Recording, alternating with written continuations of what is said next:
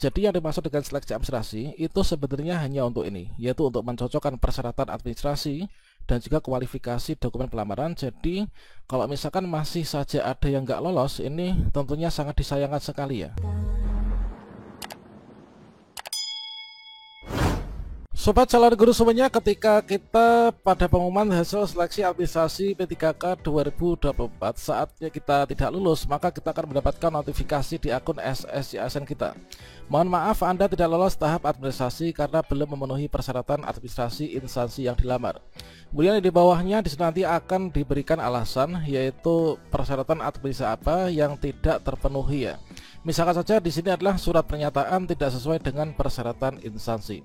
Nah, di sini kita akan melakukan pembahasan, yaitu kira-kira seperti apa nasib honorer yang tidak lulus seleksi administrasi P3K 2024. Apakah benar nanti akan diberikan kesempatan ikut seleksi P3K 2024? Apakah benar nanti akan dibuka pendaftaran P3K tahap 3 khusus untuk teman-teman honorer yang tidak lulus seleksi administrasi?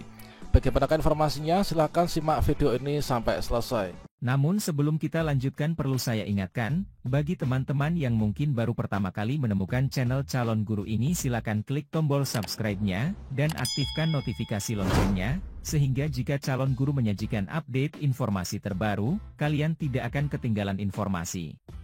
Baiklah sobat calon guru semuanya, kalau misalkan saya amati, yaitu munculnya wacana pendaftaran P3K tahap 3 dan juga teman-teman yang tidak lulus seleksi administrasi diberikan kesempatan untuk ikut seleksi P3K 2024 lah bersumberkan dari yaitu berita terbaru dari JPNN ya, yaitu honorer gagal administrasi harus diberikan kesempatan ikut seleksi P3K 2024. Alasannya kuat. Nah, sekarang coba kita cek untuk informasinya. Nah, seperti yang kita kutip dari Jakarta, honorer yang gagal dalam seleksi administrasi P3K harus diberikan kesempatan ketiga ya, diberikan kesempatan ketiga untuk mendaftar menjadi aparatur sipil negara. Menurut Sekjen DPP Forum Honorer Non Kategori 2 Indonesia, yaitu Herlambang Susanto, Menteri Pan RB Rini Widianti ini sebaiknya memberikan, yaitu di sini ada kata sebaiknya ya, sebaiknya memberikan kesempatan kepada honorer yang tidak lulus seleksi administrasi baik di tahap 1, tahap 2, ini adalah untuk ikut di tahap 3. Caranya dengan penambahan formasi ya. Nah, di tahap 3 semua honorer statusnya disamakan, baik honorer K2 maupun non K2, masuk database PKN maupun juga yang tercacar.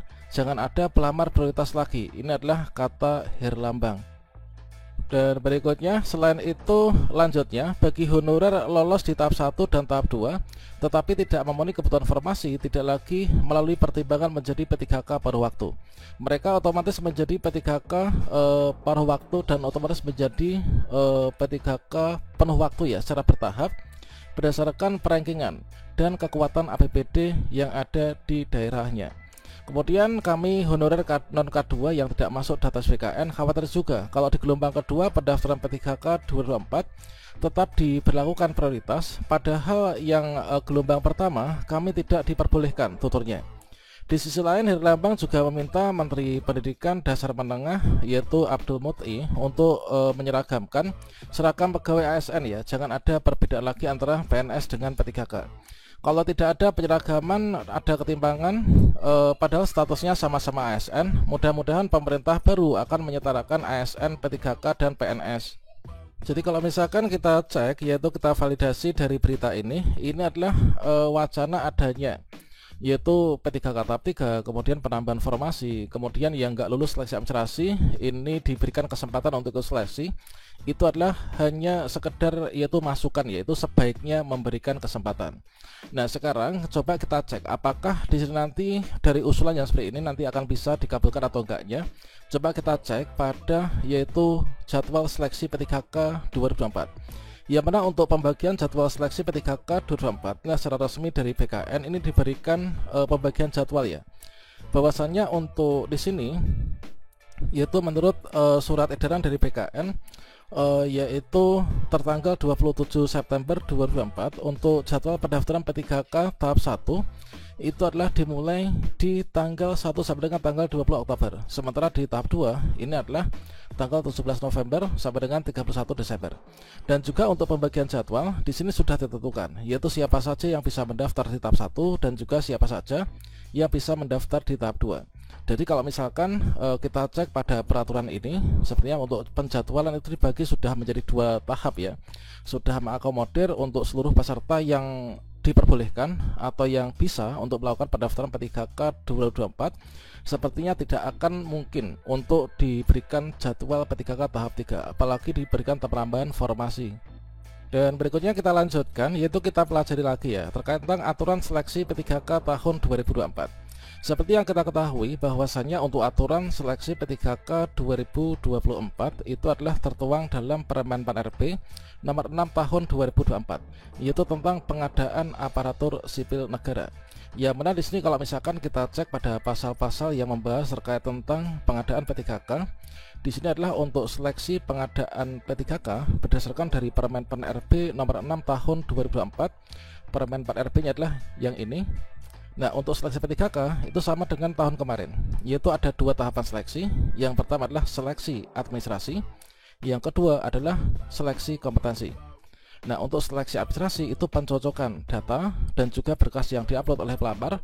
Sementara untuk seleksi kompetensi itu terdiri dari seleksi kompetensi teknis, kemudian kompetensi manajerial, kemudian kompetensi sosial kultural, dan juga wawancara.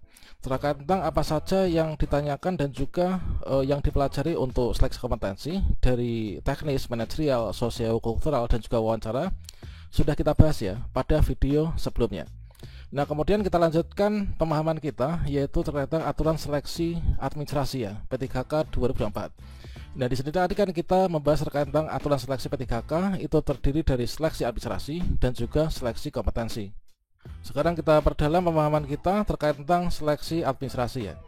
Nah, untuk aturan seleksi administrasi P3K tahun 2024 ini adalah kita cek di sini. Yang benar kita lihat yaitu pada Permen Pan RB nomor 6 tahun 2024, tepatnya pada bagian ke-6 terkait tentang seleksi, khususnya itu adalah pada paragraf 1, yaitu tahapan seleksi. Nah, untuk tahapan seleksi P3K itu di pasal 27 ya. Bahwasanya seleksi yang dimaksud itu adalah untuk P3K terdiri dari 2 tahap. Yang pertama adalah seleksi administrasi, yang kedua adalah seleksi kompetensi. Nah, ini jadi untuk seleksi P3K itu terdiri dari seleksi administrasi dan juga seleksi kompetensi. Nah, selanjutnya di paragraf kedua di sini diperjelas terkait tentang seleksi administrasi, yaitu di pasal 28 ya. Bahwasanya seleksi administrasi itu dilakukan untuk apa? Untuk mencocokkan persyaratan administrasi dan kualifikasi dengan dokumen pelamaran. Jadi yang dimaksud dengan seleksi administrasi itu sebenarnya hanya untuk ini, yaitu untuk mencocokkan persyaratan administrasi dan juga kualifikasi dokumen pelamaran. Jadi kalau misalkan masih saja ada yang nggak lolos, ini tentunya sangat disayangkan sekali ya. Nah, ini teman-teman. Kemudian untuk seleksi administrasi di sini nanti dilaksanakan oleh panitia seleksi instansi ya. Misalkan saya tuh mendaftar di kabupaten, berarti BKPSDM di kabupaten itu. Di provinsi juga demikian. Ini kemudian panitia seleksi instansi ini harus mengumumkan hasil seleksi administrasi secara terbuka. Nah, untuk pengumuman secara terbuka nanti disampaikan pada saat jadwal pengumuman hasil seleksi administrasi. Ini kan tinggal beberapa hari lagi sudah pengumuman hasil seleksi administrasi ya.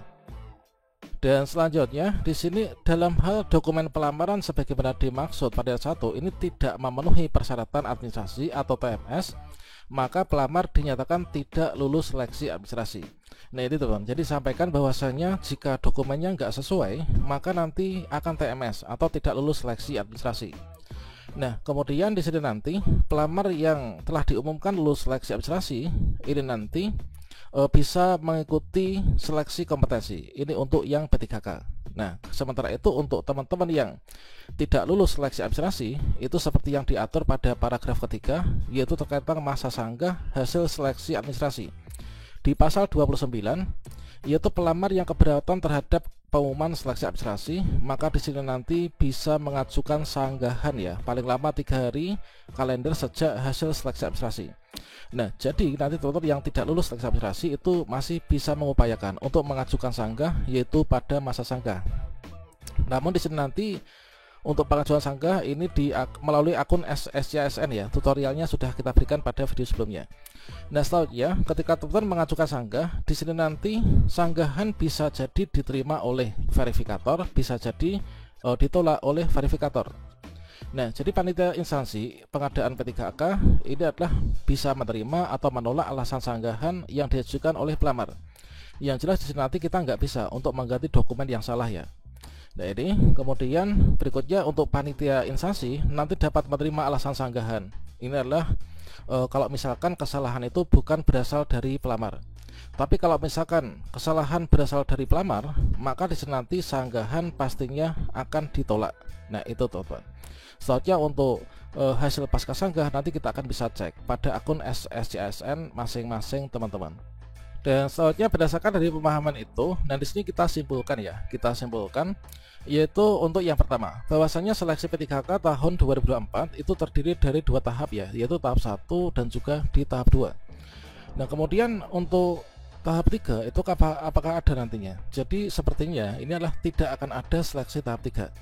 Nah, formasi P3K tahun 2024 itu adalah untuk mengakomodir peserta di tahap 1 maupun juga di tahap 2. Itu pun nanti di tahap 2 itu pun banyak sekali teman-teman yang tentunya tidak kebagian formasi ya. Kalau misalkan ingin mengadakan seleksi P3K tahap 3, tentunya untuk mengajukan formasi baru itu sangat mustahil teman-teman. Karena apa? Karena untuk mengajukan formasi itu melalui perjalanan yang sangat panjang ya, yaitu mulai dari analisis jabatan anjab dan lain sebagainya. Nah ini kemudian berikutnya untuk yang ketiga, bahwasanya seleksi P3K tahun 2024 itu terdiri dari dua tahapan ya, yaitu menggunakan sistem gugur, yaitu ada seleksi administrasi kemudian ada seleksi kompetensi. Yang dimaksud dengan sistem gugur itu gimana? Yaitu kalau misalkan di seleksi administrasi kita lulus, kita nanti bisa lanjut ke seleksi kompetensi. Namun kalau misalkan di seleksi administrasi ini kita tidak lulus atau TMS ya, kemudian kita mengajukan sanggahnya ditolak, ini adalah tentunya kita nggak bisa untuk ikut seleksi kompetensi. Jadi kesimpulan dari Permen PRB kira-kira adalah seperti itu. Dan semenjak saya mengikuti perkembangan seleksi P3K selama 10 tahun itu nggak mungkin ada peraturan yang berubah ya ketika sedang berlangsung suatu kebijakan. Dan lantas bagaimanakah nasib honorer yang tidak lulus seleksi administrasi? Kalau misalkan nanti diluluskan itu tentunya kan juga nggak mungkin ya, karena sudah ada peraturan menterinya. Kemudian tahap 3 juga nggak ada. Kira-kira bagaimanakah nasib honorer yang tidak lulus seleksi administrasi? Nah kalau misalkan teman-teman yang nggak lulus seleksi administrasi, tentunya di sini nanti dapat tampilannya seperti ini ya. Kemudian dari hasil persyaratan kita, ini adalah kita TMS, tidak lulus seleksi administrasi. Nah, nasib honorer yang tidak lulus seleksi administrasi tentunya yang pertama tidak akan bisa ikut seleksi kompetensi. Nah, seperti yang kita ketahui bahwasanya kalau misalkan teman-teman yang lulus ini kan nanti ketika jadwal pencetakan kartu peserta ujian ini kan kita ada ucapan selamat Anda lolos tahap administrasi. Di bawahnya itu ada tombol cetak kartu peserta ujian. Nah, kartu peserta ujian ini kita cetak, kita bawa ke tempat uji kompetensi sebagai bukti bahwa kita berhak untuk ikut seleksi kompetensi. Kalau misalkan teman-teman yang tidak lulus seleksi administrasi, maka tidak akan muncul yaitu tombol cetak kartu peserta ujian. Hasilnya ya kita tetap mohon maaf, kita tidak memenuhi syarat ya. Sehingga ketika kita mengajukan sanggah kita ditolak, ya tetap kita tidak bisa ikut seleksi kompetensi dan tidak akan muncul yaitu kartu peserta ujiannya. Kemudian untuk yang kedua, yaitu tidak akan bisa diangkat menjadi P3K paruh waktu ya.